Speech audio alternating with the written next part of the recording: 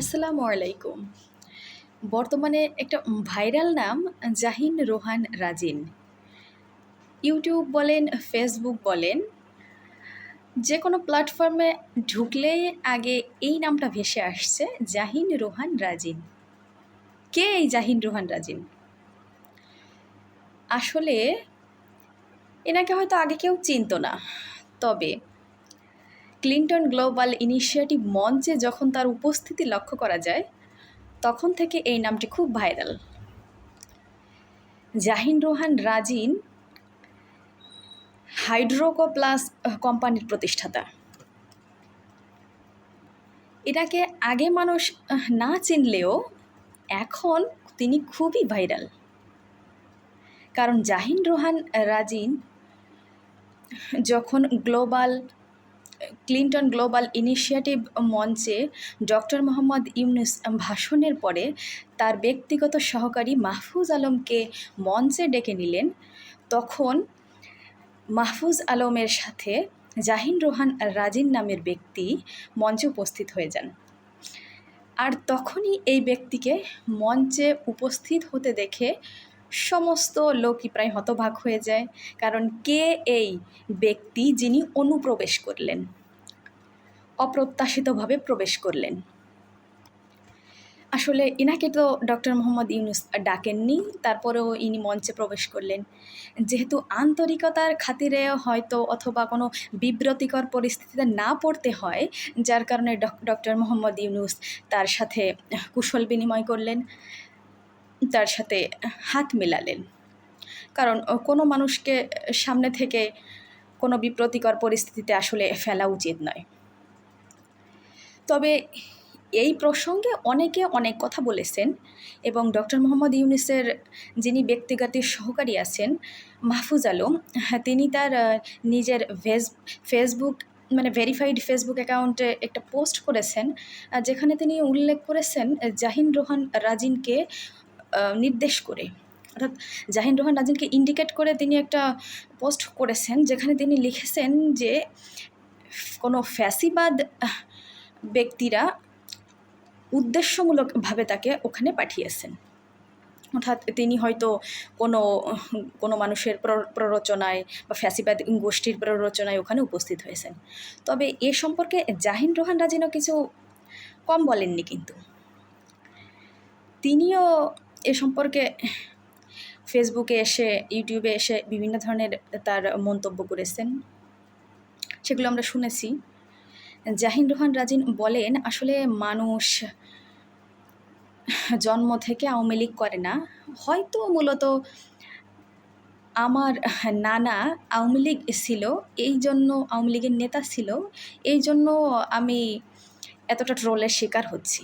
আসলে জাহিন রোহান রাজিনের নানা ছিলেন আওয়ামী লীগের নেতা। আর বর্তমানে আওয়ামী লীগের নাম শুনলে হয়তো সবাই বুঝতে পারছেন, আর আমার বলার কিছু নেই, এজন্যই হয়তো তিনি এতটা ট্রোলের শিকার হচ্ছেন। জাহিন রোহান রাজিন আরও বলেন,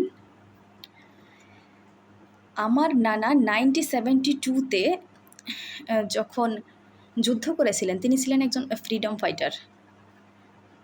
তিনি যুদ্ধ করে তখনকার সময়ে সবাই হয়তো বলতে সবাই তখন হচ্ছে আওয়ামী লীগে করতো, আওয়ামী লীগ পার্টিটা করতো তখন। আর তখনকার নেতারা ছিল পিওরিস্ট, কারণ এখনকার নেতাদের মতো হয়তো তখনকার নেতারা ছিল না, কারণ আগেকার নেতারা ছিল পিওরিস্ট, সৎ। এখনকার নেতাদের মতো আগেকার নেতাদের ভিতরে এত কুটকাচালি ঝামেলা থাকতো না। এজন্য তিনি বলেন যে আমার নানা ছিল পিওরিস্ট নেতা। তা আওয়ামী লীগের বংশোদ্ভূত তো আমি নই, আমার মায়ের বাবা আমার নানা যেহেতু আওয়ামী লীগের নেতা, সেই জন্য আমাকে আজকে এতটা ট্রোলের শিকার হতে হচ্ছে। আসলে এটা ঠিক নয়, কারণ তার নানা আওয়ামী লীগের নেতা, এখানে তার কোনো ভুল নেই। আর জাহিন রোহান রাজিন এটাও বলেন যে আমি ক্লিন্টন গ্লোবাল ইনিশিয়েটিভ মঞ্চে এমনি উপস্থিত হইনি, ওখান থেকে তাকে ইনভাইট করা হয়েছে নাকি, এজন্য সে ওখানে উপস্থিত হয়েছে, ফিলো হিসেবে সে এখানে উপস্থিত হয়েছে। জাহিন রোহান রাজিন বলেন, অনাকাঙ্ক্ষিতভাবে যদি ওখানে উপস্থিত হওয়া যেত তাহলে তো বিভিন্ন লোক ওখানে উপস্থিত হতে পারত, বিভিন্ন শ্রেণীর লোক উপস্থিত হতে পারতো। সেখানে তো বিভিন্ন রকম সিকিউরিটি ছিল, কিন্তু কই তারা তো আমাকে কিছুই বলল না। তার ভাষ্যমতে তিনি সেখানে ইনভাইট, এই জন্য সেখানে উপস্থিত হয়েছেন। তবে যখন ডক্টর মোহাম্মদ ইউনূস মঞ্চে তার ব্যক্তিগত সহকারীকে ডাকলেন, তখন তিনি বললেন যে আমার পাশে একজন লোক ছিল যিনি আমাকে বলল তুমিও যাও, তাদেরকে কোম্পানি দাও। আসলে তার অনিচ্ছা সত্ত্বেই সে ওখানে উপস্থিত হয়েছেন। তিনি ওখানে ঢাকঢোল পেটাতে যাননি। তার তার কথা মতে তিনি ওখানে ঢাকঢোল পেটাতে যাননি। তিনি বলছেন যে আমি ওখানে মঞ্চে উপস্থিত হয়েছি ঠিকই, কিন্তু আমি একটু দূরে দূরে দূরে আছি, তাদের থেকে একটু সেপারেশনে ছিলাম, যাতে আমি তাদের থেকে আলাদা আলাদা ছিলাম, যাতে তারা এরকম মনে না করে যে আমি অপ্রত্যাশিতভাবে তাদের ভিতরে ঢুকে গিয়ে তাদেরকে বিব্রতকর পরিস্থিতিতে ফেলছি। আসলে সে যেটা করে ফেলেছে হয়তো তার আবেগের বশবর্তী হয়ে, কারণ মার্কিন যুক্তরাষ্ট্রের মতো একটা দেশে সে বাংলাদেশের একজন বিখ্যাত ব্যক্তি ডক্টর মোহাম্মদ ইউনূসের মতো ব্যক্তিকে ওখানে দেখতে পেয়েছেন, আবেগে আপ্লুত হয়ে গেছেন। হয়তো এই আবেগটা থেকেও সে এরকম কিছু করতে পারে, হতে পারে এরকম কিছু, এমন কিছু হয়েছে যে সেজন্য সে ওখানে উপস্থিত হয়েছে। তবে তার কথা মতে সে ইনভাইটেড, এই জন্য সে ওখানে উপস্থিত হয়েছে। এবং তিনি যে বিভিন্ন নেতার সঙ্গে, তাইজুল ইসলামের সঙ্গে ছবি তুলেছেন, সে তার কাজের ক্ষেত্রে তুলেছেন। সে যে কাজ করে সেই কাজের ক্ষেত্রে বিভিন্ন নেতা মন্ত্রীদের সঙ্গে তার ওঠা বসা করতে হয়, সেই ক্ষেত্রে সে কাজটা করেছেন। আর যে তার বিভিন্ন ফ্যামিলি ফটো আমরা বিভিন্ন ফেসবুকে, ইউটিউবে দেখছি, এগুলো হয়তো অনেক আগের, এতেও তার কোনো বিশেষ ভূমিকা নেই। সে এসব কথাই ফেসবুকে এসে, ইউটিউবে এসে তার বক্তব্য প্রকাশ করছেন।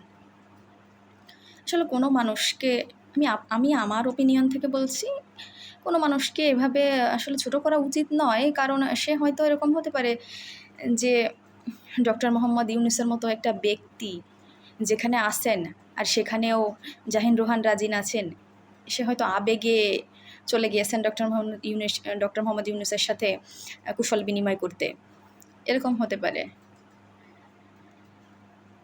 আমি আমার ওপিনিয়ন থেকে বললাম, জানি না হয়তো ভুলও হতে পারে, ভুল হলে ক্ষমা করবেন। আসসালামু আলাইকুম ওয়া রাহমাতুল্লাহি ওয়া বারাকাতুহু।